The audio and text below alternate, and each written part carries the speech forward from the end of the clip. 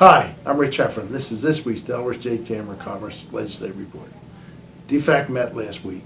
The total additional revenue that they found for this fiscal year and next is about $430 million. A good portion of that was already built into the governor's budget because they expected to find additional revenue this year. But last week, Joint Finance Committee met. They picked up another $100 million in spending on various projects across the board. And they took 46 to 47 million, which they put into a separate fund, which is to be used in the future if they run into budget problems.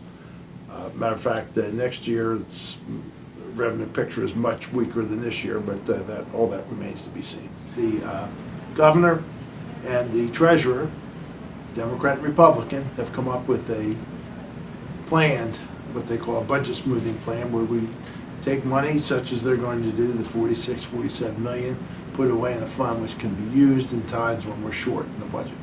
What's important is this requires a constitutional amendment to set the limit of spending at somewhere between 96 and 98%, and then the remainder of that money would go into this fund to be used in the future. Because this constitutional amendment has to pass this 2 sessions, separate sessions of the legislature. If it's not passed this June, it will be a minimum of 3 years until you can do it because a new session starts next year and sessions are 2 years.